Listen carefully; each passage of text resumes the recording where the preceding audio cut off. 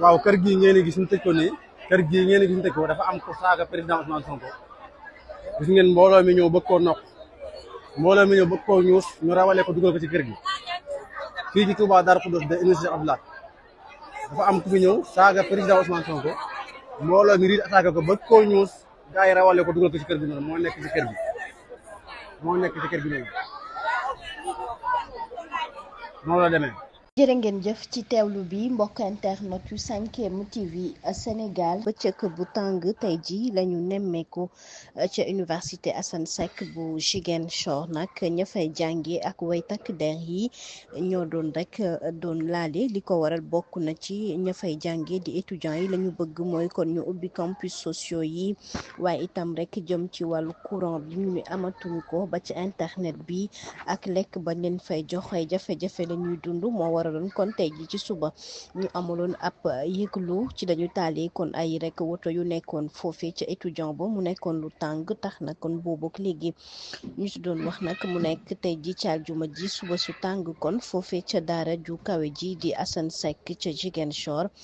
ñoom étudiant yi ak nag takkadeer yi kon rek ci la ñu daal di laale ndax étudiant yi dañoo sàkku kon fi mu nekk ni rek ñu jàppale leen dimbali leen ca na mu gën a gaawee ñeel kon jafe-jafe yi ñuy dund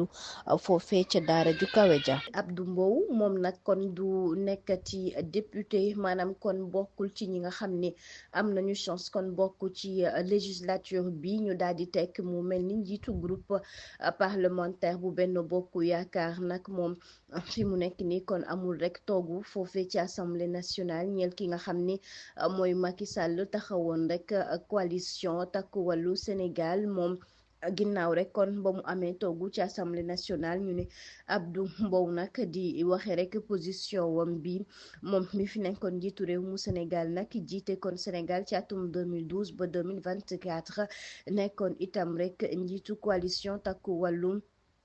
ci élection yi ñu doon amal ginnaaw campagne bi nga xam ne fekk ko fii ci réew mi te itam ñoom ñu ni mujj nañoo am lu toll ci fukk ak juróom benn toogu daal di utu kon rek ñi nga xam ne ñoo fi nekkoon boobee nag kii di ilimaanu jëwriñ di Ousmane Sonko am majorité bi foofee ci assemblée nationale lu toll ci téeméer ak fanweeri toogu yemu fa daal di am mu mel ni rek Abdou Mbow nag lu nu mel daal ña ngi cay daal di wax ni kon moomee mi nga xam ne kon amul waaye Macky Sall mi am mi nga xam ni ñëwul ci réew mi te itam amul fii campagne bi defeewu ko fii ci réew mi boo muyul kon mën nañu jàpp ne mën nañu ko utu foofee ci assemblée nationale